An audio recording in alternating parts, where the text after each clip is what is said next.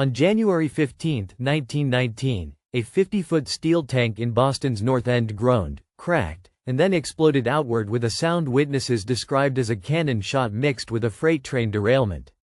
2,300,000 gallons of molasses hit Commercial Street at 35 miles per hour. The wave was 25 feet tall. People didn't run, they couldn't. The molasses pinned them to walls, swallowed them into the street, and crushed horses where they stood. And almost nobody outside Boston knows this happened. This wasn't some freak accident with no explanation. There were warning signs for years. Residents of the North End had complained that the tank leaked so badly they collected the dripping molasses off the ground with buckets. Children licked it off the tank walls on their way to school. The company that owned that tank knew exactly what they had built. And when 21 people died and 150 more were injured, they spent the next 6 years blaming anarchists. The company was United States Industrial Alcohol. The tank belonged to them. They had built it in 1915 to store molasses that would be fermented into industrial alcohol, specifically for the production of munitions during World War I. They needed that tank built fast. So they cut corners. The engineer they hired had no experience building tanks of that size. When workers noticed the tank sweating and groaning, management painted it brown so the leaks wouldn't be visible. When a structural engineer raised concerns about rivets, he was ignored. This was not negligence born of ignorance. It was negligence born of profit. January 15 was an unseasonably warm day after a brutal cold snap. The temperature had swung from 2 degrees Fahrenheit to 41 degrees in less than 24 hours. That temperature swing caused the molasses inside the tank to expand rapidly.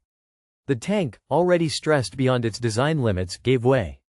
The wave hit the Boston elevated railway structure hard enough to lift the steel supports off their foundations. It demolished a freight house. It trapped workers inside the Purity Distilling Company building. A man named Patrick Breen was crushed by a collapsing wall.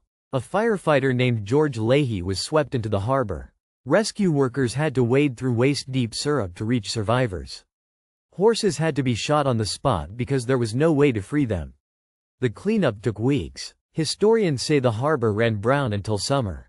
Boston residents reported that the city smelled of molasses on hot days for decades afterward. Some say you can still catch it on particularly humid afternoons in the North End. That detail alone should tell you how complete the destruction was.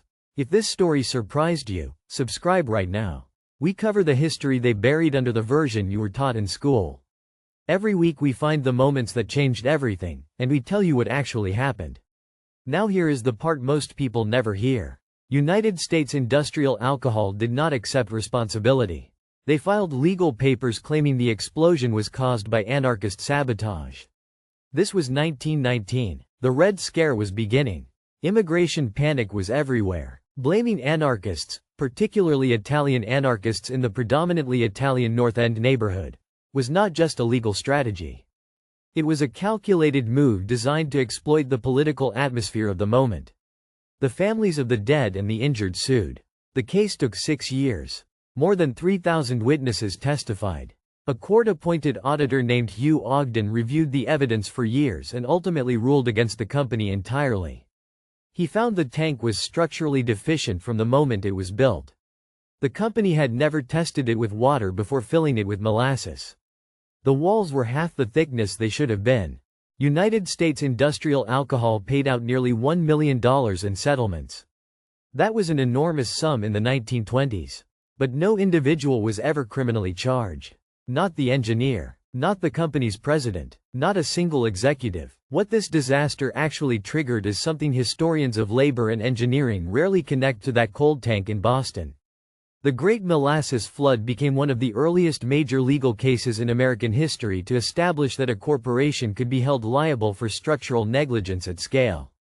The engineering profession in the United States began pushing for stricter licensing requirements directly in response to what happened on Commercial Street. Massachusetts became one of the first states to require that engineers be licensed before they could sign off on large-scale construction projects. That regulatory shift quietly rippled out across the country over the following decades. Think about that. Every time a bridge passes inspection, every time a stadium is certified safe, every time a building is cleared for occupancy, There is a chain of professional accountability that runs in part back to a molasses tank that nobody was supposed to know about. There is one more thing worth sitting with. The North End in 1919 was a neighborhood of Italian immigrants. It was one of the most overcrowded, underserved neighborhoods in Boston. The city had placed that industrial tank there, not in a wealthier district.